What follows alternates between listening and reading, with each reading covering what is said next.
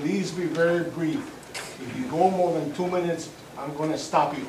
So please, you want to make a statement, make it quick. I have a number of questions for both Ms. Araskaya and for Mr. Dobbs. I don't know if you remember me, Mr. Dobbs. We have spoken a number of times, especially when you presented your book here.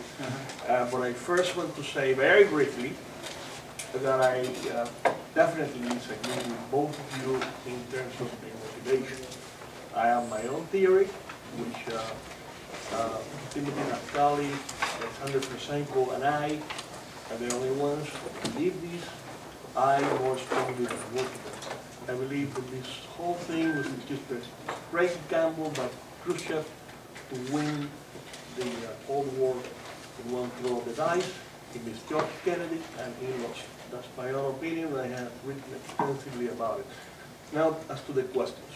On the balance of power, both of you have said, and of course you cited McNamara. Well, no big deal there. McNamara was wrong just about all his life, in all his judgments. But in terms of the balance of power, look at it this way. It's very simple. Soviet Union had about 300 intercontinental missiles at the time. Now, if you put 60 in Cuba, that's a 20% increase. How can it not possibly have changed the balance of power? I mean, it just doesn't make any sense. Now, the only thing is, and this is, we also spoke about this before. I asked you if you had examined the archives that Prosenko and Naftali had in terms of the conversations during the missile crisis in Moscow. As you both know, this was taken by tachygraphy by two generals, and both Prosenko and Naftali interviewed them as well as saw the meetings.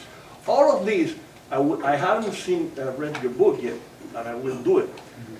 Both of those authors say very clearly that the conversations during the crisis indicate that the defense of Cuba had nothing whatsoever to do with putting the missiles in Cuba.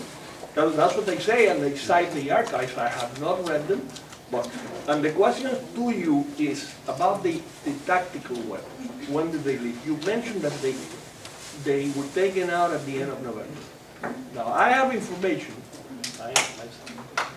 that they never left Cuba. Not the warheads, those left, but not the weapons, and especially not the EL-28 bombers. Those did not leave Cuba until December of 1964, and I have it from an extremely trusted source. So those are my questions. Let me deal with the first part of that. So you talked about the balance of power, and you said they had about 300. I think that's more or less right. So they got another 60. They only got, they would have got 60 had they managed to deploy them all. So that's 360. The American, do you know how many the Americans had at that time? Yes, I do. The Americans had about 3,500. So they had about a 10-to-1 advantage. So 3,500 compared to 300 is about 10-to-1, is a little more than 10-to-1, and 3,500 compared to 360 is still about 10-to-1. So of course it helped a little bit, but it didn't make a huge difference. Now, on the when they, as Svetlana can answer the question about when things were taken out. To the question of motivation, I of course agree with Michael on the balance, but I have to apologize to the audience because I will have to leave in less than 10 minutes, and my motivation is that I am going to my niece's wedding, and I apologize to Jaime. A month ago, I would love to stay here, but if I didn't tell you why I'm leaving, right, you wouldn't know it, and you would say, oh, she just folded on, she was afraid of our questions and left. So the only way you know about my motivation is not by ascribing it to me, but to actually listening to what I'm saying and knowing that I have plane tickets, right? So when you say that Poroshenko and Naftali interviewed people who made the notes, they couldn't. Both those people were dead. And so I think they interviewed other people who were around the Presidium and talked to them. And I think that's what they say in the book. They did read the documents, and now these notes are published in the Cold War International History Project that just came out 3 days ago. So we all can go and read them with Poroshenko and Naftali and make our own conclusions. On what left and when, this is a very interesting question because it's so tantalizing. In fact, in many of the conversations in Cuba in November, Mikoyan says, well, you know, warheads, they're easily, they can be easily hidden in caves. They can be hidden. So they could have been. But we have the contemporaneous military reports on when they were taken out. We're publishing them next week on our website. On the Ills, I thought they were, they left in late November. I would love to see your information because I have not heard, and you know, Cuban Missile Crisis will always surprise us with new discoveries. But in terms of warheads, they left on November 30th. We know when they left, when they got back, when they were dispatched from the ships to their storage sites.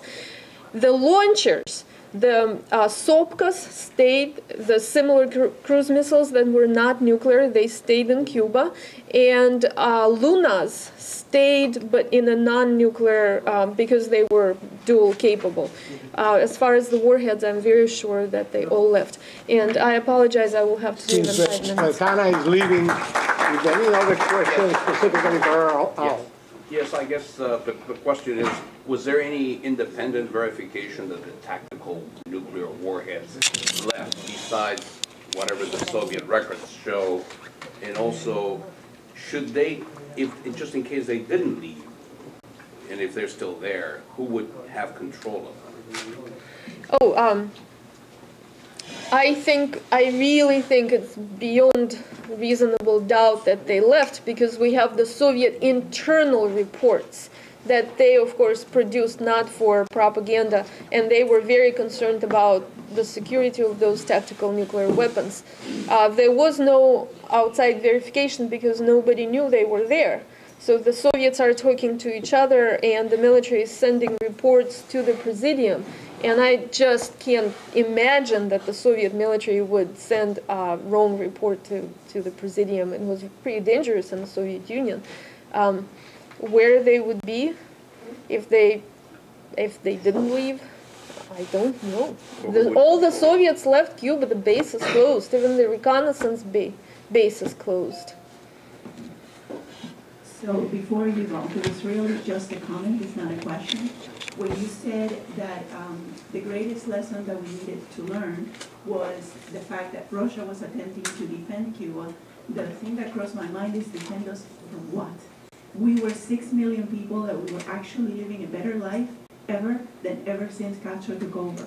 And then when you said that on October 28, 1962, Americans could finally rest, the greatest lesson that we need to learn is that we stopped sleeping and resting. And alone, a child, I had to leave Cuba just in search for freedom. And the greatest lesson that that gentleman was saying over there is absolutely true. Because the truth of the matter is that we really need to learn from Cuba is that we, the people, have got to get involved. And this time, it's not going to happen in the United States. And when it happens with Iran, we got to go face to face with them. Because the great lesson is that we must be involved. Cubans were asleep when they got us. Thank you. Cubans were asleep because the Soviets did not inform them. And I respect your position completely. I lived myself in the Soviet Union, which is no longer. I think that if they went face to face, we know that tactical nuclear weapons would have been used against the invading U.S. forces, and it would have ended badly. And that is why Kennedy chose not to go face to face, and Khrushchev chose to turn the ships back even before the quarantine was went into effect. They never had the face to face moment. Yeah, just very briefly, when we say. When we talk about defending Cuba, meaning defending the Castro regime, I mean, that's what they wanted to do, was to defend the Castro regime. I mean, they called that defending Cuba. Wait for the microphone. Yes, taking into consideration that there was a 10-to-1 advantage, and there was a clear superiority of one country over the other, and also taking into consideration that shooting down a plane is an act of war, how in the world was there absolutely no response when the U-2 was shot down over Cuba? No response from the United States. Well, they discussed having a response, and in fact, you would have thought that the military, particularly General LeMay, who was the head of the Strategic Air Command, would have wanted a response. And the initial plan was to, if a Soviet surface-to-air missile site hit down an American reconnaissance plane, there would be immediate attack on that missile site. One of the reasons they didn't was because the military thought that it would be pointless to take out one missile site. You'd have to take out all the missile sites, and at once. I mean, otherwise you'd be exposed. So their plan was to take out all the missile sites in a couple of days' time. Not immediately, but it was shot down on the Saturday. They were planning a massive airstrike on the following Tuesday, or Tuesday, I think. And what intervened was Khrushchev's decision to take out his missiles. Khrushchev announced on the Sunday that he was taking out his missiles. So there was then no reason for the to take out those SAM sites. But of course, General LeMay disagreed with that decision. He thought that we should still attack Cuba, but that was the president's decision. But why there was no immediate response was because they thought that taking out one SAM site was militarily didn't make sense militarily. Right. Michael, first, congratulations on your book. It's really a classic. It's the essential book on the missile crisis. My question is about something you referred to, that Castro claims that he was unaware of the massive strategic superiority of the American military. And of course you're right, he has said that many times over the years, that he was not aware that the Soviets were so much weaker than the Americans. He even said once or twice, if he had known that, he would not have agreed to have the missiles installed in Cuba. Now, my feeling is this, that there is absolutely no reason to believe him when he says those things. After all, Roswell Gilpatrick, the Deputy Secretary of Defense, delivered a speech, a very detailed speech, in October of 1961.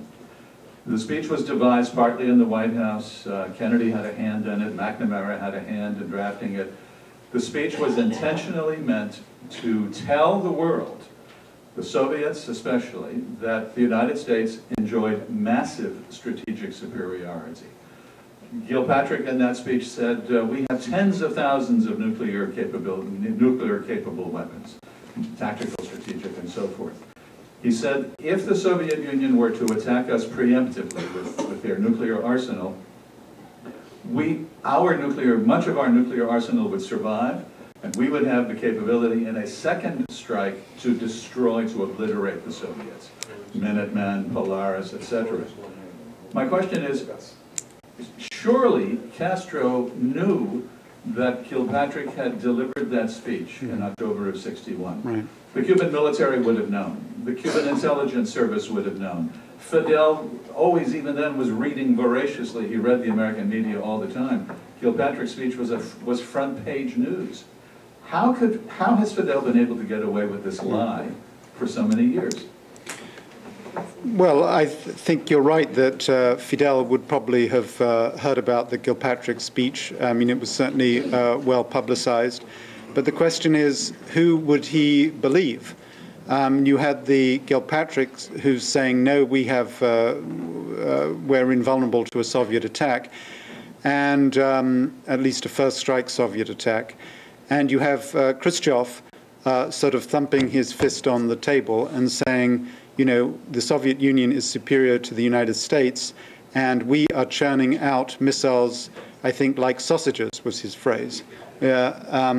So I think, you know, I don't think Cuban intelligence was all that sophisticated, and if they had a choice of who to believe, they were kind of swept up in the sort of general enthusiasm for the Soviet Union and Khrushchev, and thought that Khrushchev, you know, was accurate when he said they were superior and that they would leave the United States behind in the dust, and they had all these missiles that could reach the United States. I don't think they were that sophisticated. Of course, it's obvious now, and I certainly don't believe Fidel's explanations on a lot of things. A lot of, you know, obviously he tells a lot of untruths, but on this particular case, I do think, I tend to believe that he thought the Soviets had superiority, and I think that helps to explain the letter that he wrote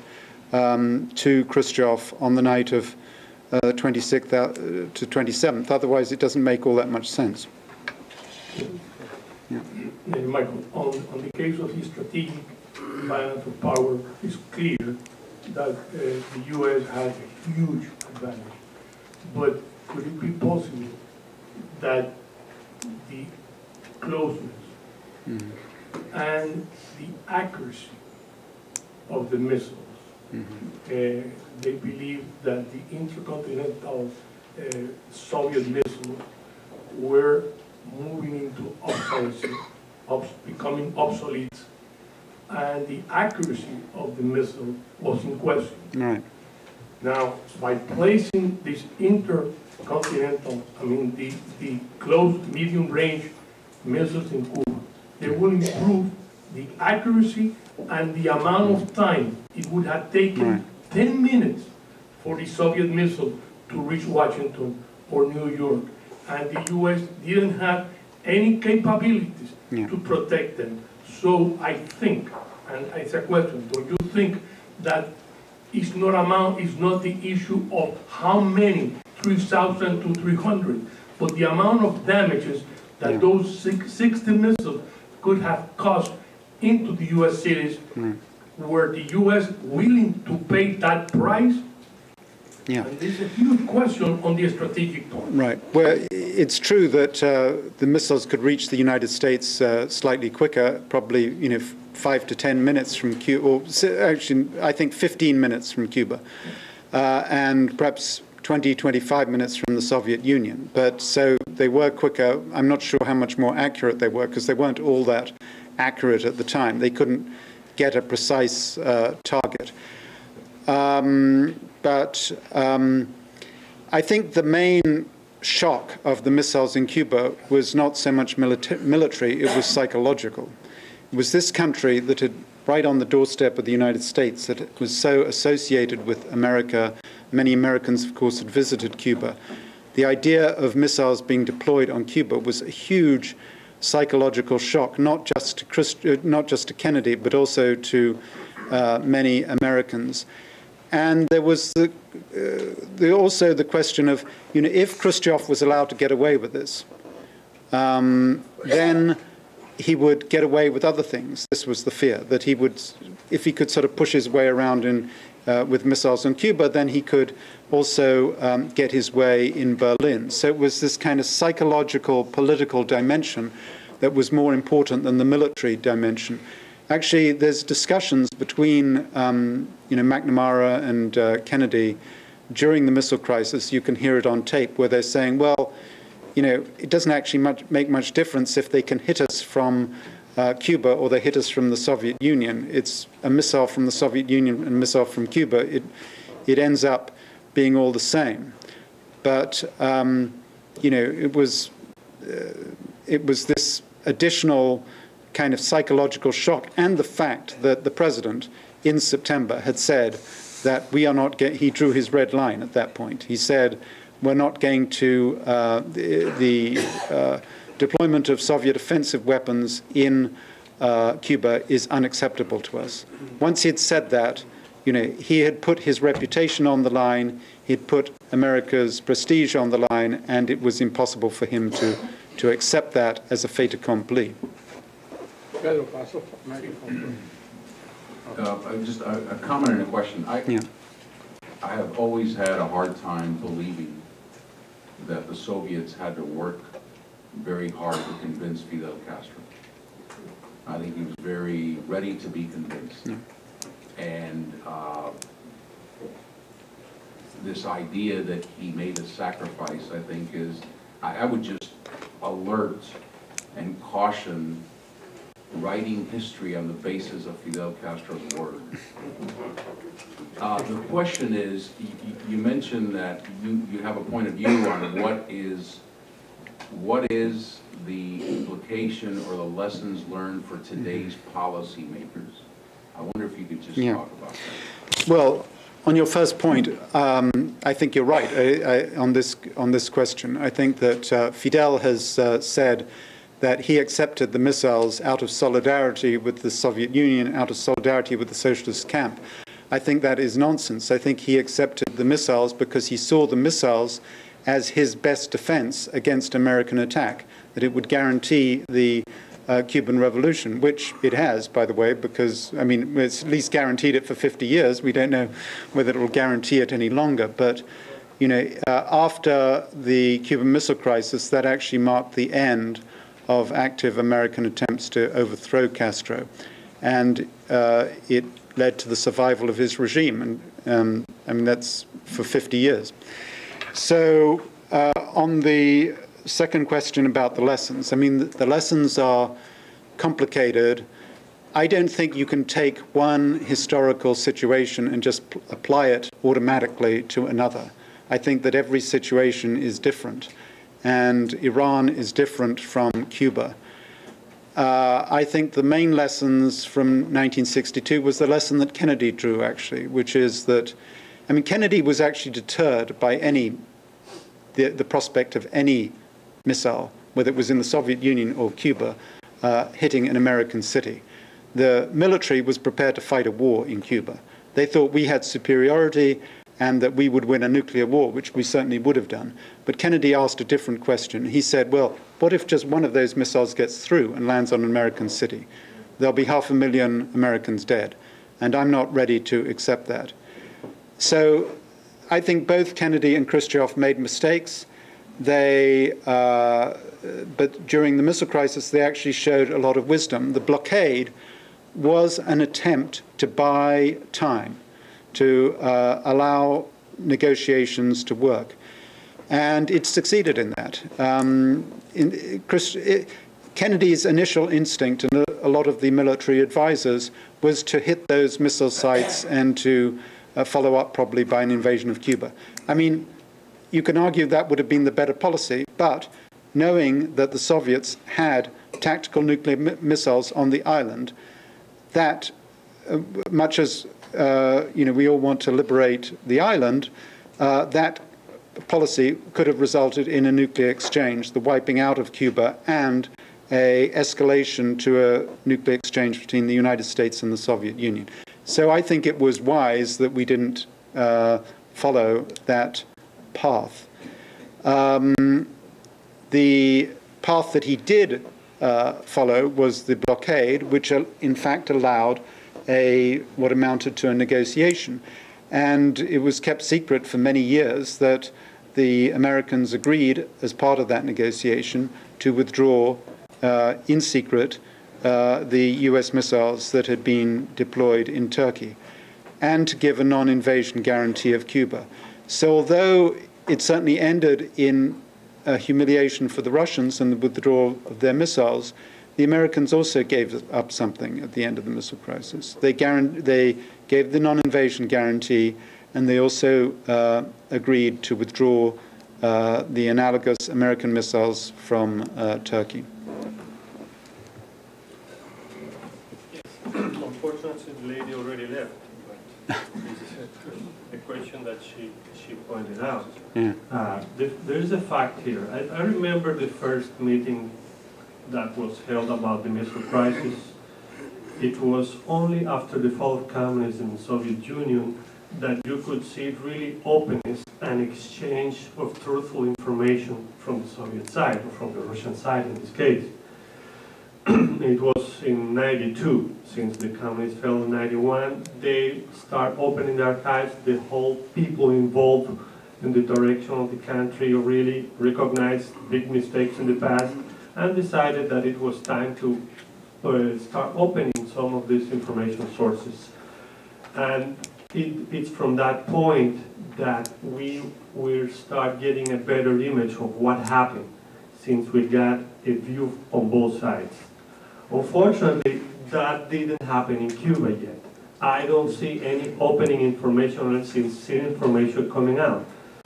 And based on what we know of the Castro personality, the only reason I could see that he accepted the missiles is because he wanted to play a bigger role on the world decisions, on the world, at world level, I would say. He wanted to play like in the big game. He always felt that Cuba is too small and he only is a platform for himself or for whatever things he wanted to do in other places. And we have seen that for the last years. Probably we'll have to wait for him to die, or the whole generation of people to die, before we will have real information coming out and be able to make some conclusions. One of the reasons I state that is because one of the Ms. Svetlana said is that at the end of the crisis, when you had a commitment, a verbal commitment from Kennedy not to invade, and the Khrushchev to retrieve the missiles, and this was made basically in the last minutes before military decisions will be implemented. The pledge was based on the fact that there would be an inspection. Khrushchev at that moment never hesitated, okay, there will be inspection because that's more important than the other stuff. It's secondary an issue. Suddenly it became a problem. What is the question? The question is, if the idea that the missiles were to defend Cuba from an invasion, and the invasion was made by Kennedy, that I need to verify or I will invade the country, I don't see that the point that Castro make it difficult for the inspection, since that would be that the missiles probably will be withdrawn, but the Kennedy pledge will not be committed until it's forbidden, and if the missiles are not confirmed that they are withdrawn. Yeah. Well, on your first point, I agree with you that the amount of documentation we've got from the Cuban side is completely inadequate, and we'll probably have to wait for the fall of not only Castro's death, but the fall of the regime to get the full story from the Cuban side. Yeah, we've heard a lot from Fidel, but we haven't heard from the people below. I mean, Raúl, for example, was actually in eastern Cuba in Oriente province near Santiago. He was coordinating with the Soviets the attack on the Guantanamo naval base. But he has never told his story at all. So, as for why Castro wouldn't agree with the inspections and the verifications, I think this was just a personal matter. That he, is a very, he's a person that sort of is a very prickly person, stands on what he considers to be principles and the question of sovereignty of Cuba.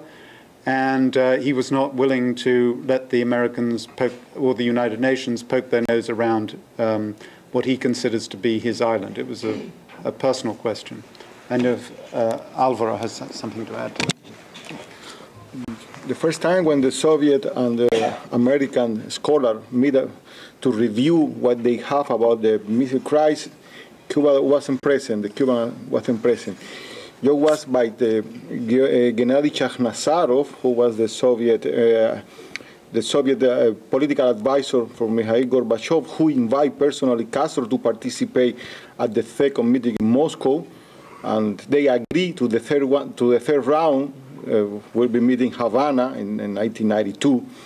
And Castro sent to Moscow Sergio del Valle, who was at the time the missile crisis chief of staff for the armed force in Cuba, but they just repeat the Castro's statement.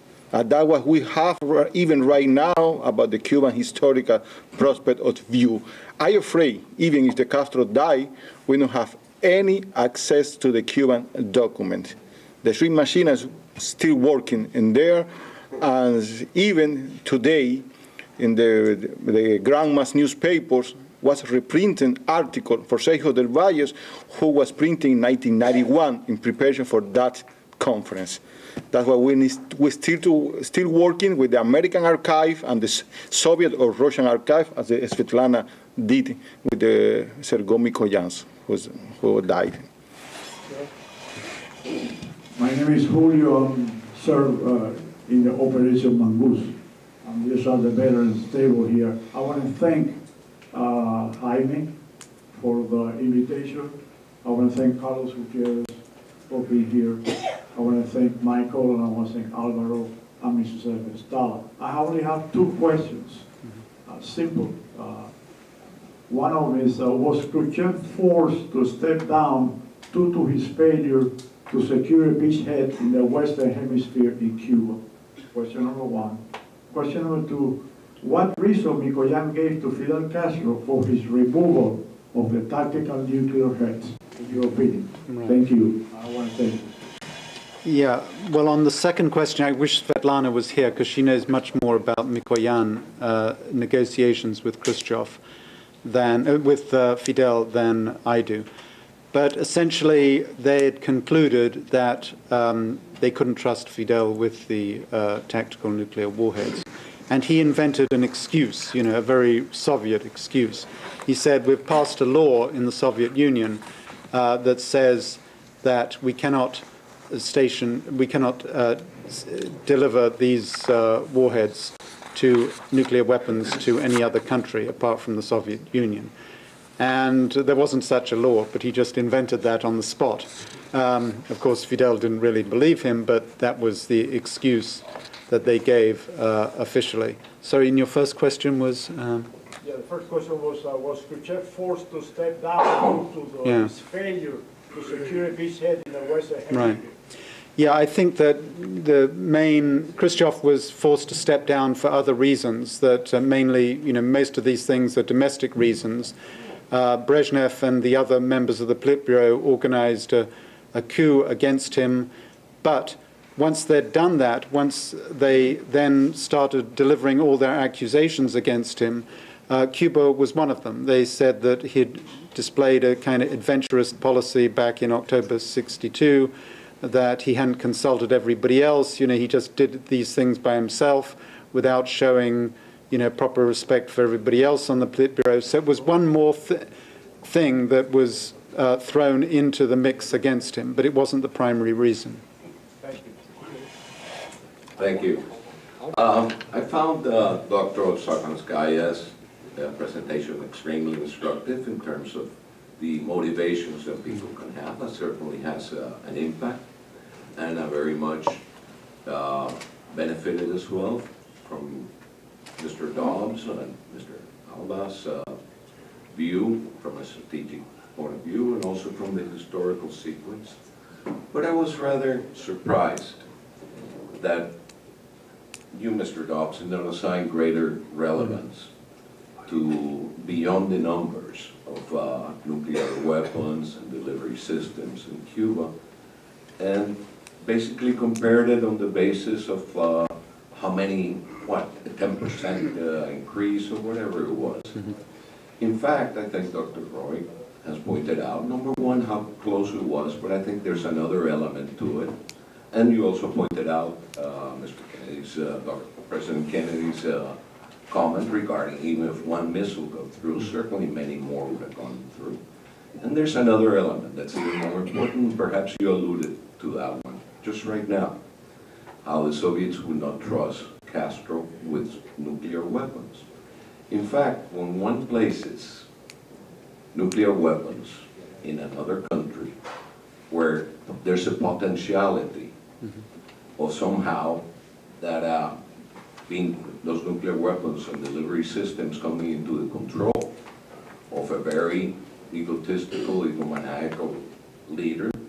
And as Dr. Savranskaya mentioned, the emotional connection between those Soviet troops and the Cubans. I'm not saying that it necessarily would happen. It's a matter that even a small probability of losing control of those weapons acquires a much greater significance. And I would ask you, in view of those comments and your own comments, is if in fact, if the presence of nuclear weapons in Cuba did not constitute a much greater threat than the mere numbers. Yeah, well, sure. I think that there was, I mean, you alluded to the kind of risk of unauthorized use or accidental use of these weapons. There were no, back in those days, there were no physical controls on the weapons. There were no codes on codes to prevent them from being used. And Khrushchev did not have full control. The communications were very poor. And so the communications between Moscow and Havana were poor, and between Havana and the missile sites were poor. So it's easy to imagine circumstances in which, had there been an American invasion, even though the Soviet commanders on Cuba and the Soviet commanders at the missile sites didn't have authority to use the missiles, that they would have used them. And, for example, the people who controlled that tactical nuclear missile site near Guantanamo, they were actually, the missiles were under the control of captains or majors. And had there been an invasion or even an airstrike and they'd lost communication, it's quite conceivable that they would have used their nuclear warheads. So I'm not underestimating the risks that were run in 1962 at all. I think there were substantial risks. I think they largely, however, derived from, the question from the accidental use of nuclear warheads or events kind of spinning out of control of either Khrushchev or Kennedy. I think there was a real risk of nuclear war, but it was because of that, because of the inability of either leader to control what they had unleashed. And we talk about rational actors and we talk about irrational actors, and from the point of view of the Americans, you can see Fidel as one of the irrational actors. He was willing, and Che Guevara was even more willing to have a nuclear holocaust in order to ensure the success of the socialist idea, that millions might die, but socialism would live on. And certainly, I mean, Che Guevara in particular says something very much along those lines during the during the missile crisis. Let me take 2 or 3 more questions quickly, please. My question is a question to help me understand why the missile crisis occurred at all. And the reason, I'm wondering if you could shed some facts that would confirm or deny what I have been able to research to date. It was said here, number one, that the Russians made the decision to put missiles into Cuba, whether it was 61 or 62. And what I know is that probably predates that, and it goes to motivation. I've seen some documentaries in the military channel, for instance, of Khrushchev looking across the water and seeing missiles in Turkey and wanting to get them out.